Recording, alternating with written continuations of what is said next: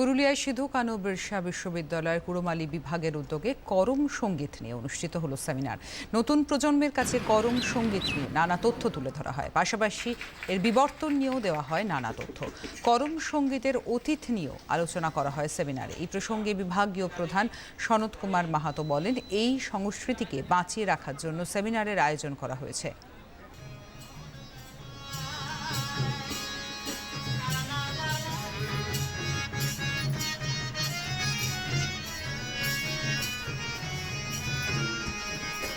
আমরা 2022 সাল থেকে আমরা প্রতি বছরই করম, বান্দনা, টুসু নিয়ে আমরা সেমিনার, ওয়ার্কশপ বা কনফারেন্স করেই থাকি।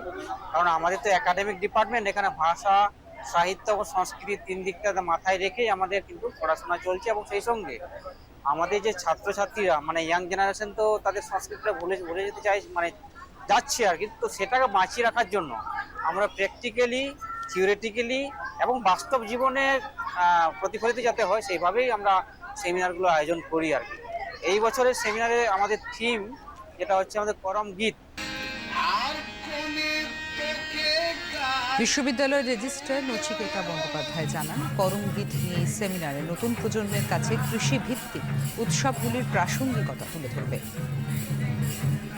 বর্তমান সময়ে করম উৎসব এবং করমের অনুষঙ্গে যা যা আছে, যেমন করম গীত, তাহলে করম গীত মানে শুধু তো লিরিক্সের কথা বলা হবে না, তাহলে সেই লিরিক্সে নিবদ্ধ যে জীবন চর্যা আছে, ওয়ে অফ লাইফ আছে, বিভিন্ন মিথের অবতারণা আছে, তদানীন্তন কালের সমাজের বিবরণ আছে।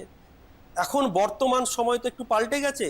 সেই সময় যে কৃষি নির্ভর সামাজিক বন্দোবস্ত ছিল সেই তুলনায় এখন ধরুন ক্লাইমেট বিপন্নতা আছে, বিশ্বায়নের জটিলতা আছে, আমাদের নব তথ্য প্রযুক্তি, শিল্প বিপ্লব এবং তার সাথে এই কৃষক সম্প্রদায়ের কৃষি বৃত্তি, যদি ভারতবর্ষের 70% কৃষক, এই সবগুলোর আন্তঃক্রিয়া কিভাবে হবে এবং সেই পটভূমিকায় এই বিভিন্ন কৃষি কেন্দ্রিক যে উৎসবগুলো আছে তাদের প্রাসঙ্গিকতা আলোচ্য বিষয় ছিল।